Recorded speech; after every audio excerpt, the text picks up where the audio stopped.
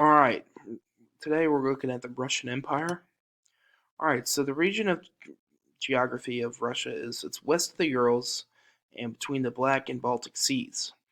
South is very hilly grassland, and the north of this area is dense forest, flat, and swampy. Rivers are slow moving and interconnected, which makes for easy travel. And there are three groups of people: Slavs, Rus, and Vikings. In 862, the Viking chief Ruk founds the city of Novgorod, um, who establishes one of the first Viking cities in the area.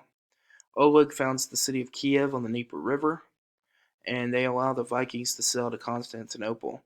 Kiev slowly kind of grows into a principality, and then, well, one of the things we see is the lines between these groups of people slowly disappears, and you can't see the difference between Vikings and Slavs and Rus.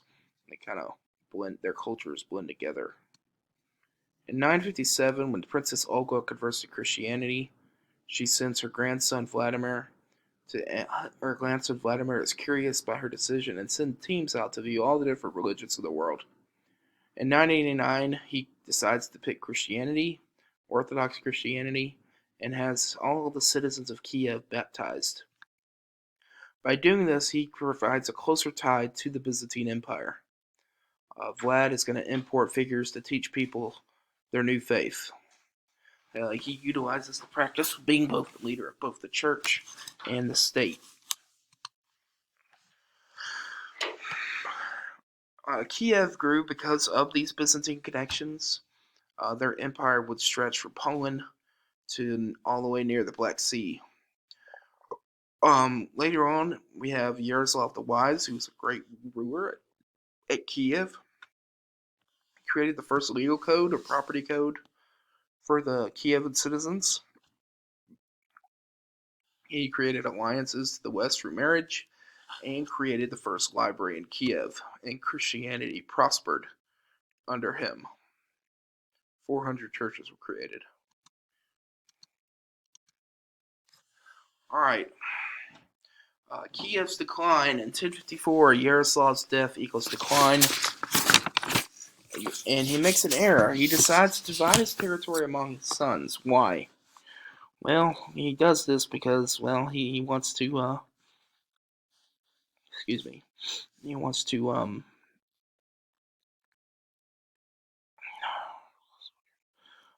he wants to let them share their power equally. Well, Charlemagne is also famous for having done this. The Crusades disrupts trade, which makes the main source of wealth, and that also leads to invasions coming in and taking out the Kievan Rus Empire. Fierce nomadic horsemen from the steppes of Central Asia were Mongols. They rose to power under Genghis Khan, and they burned and killed everything in their way. They destroyed Kiev in 1240 and ruled southern Russia for 200 years. They established the Khanate of the Golden Horde, or the Kingdom of the Golden Camp.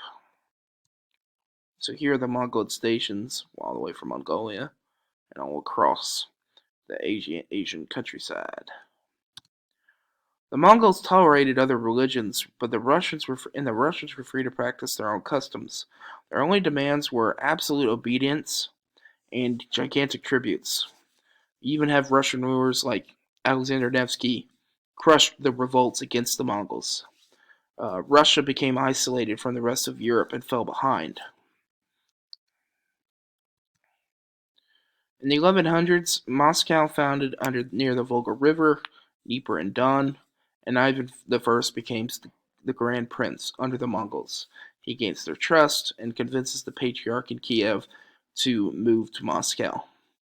Ivan I and his successors used money, the church, and tricks and war to gain control of the larger territory north of the Khanate of the Golden Horde.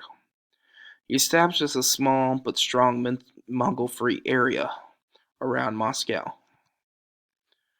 His descendant, Ivan III, plans on building a large Russian empire. He begins to challenge the Mongols and names himself Tsar, and says that Russia is the third Rome.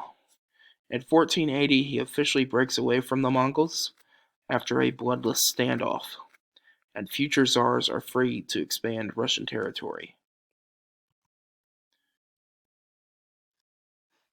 and the word Tsar is Russian for Caesar, and the word Caesar, of course, to the Rome, meant was the title for their emperor.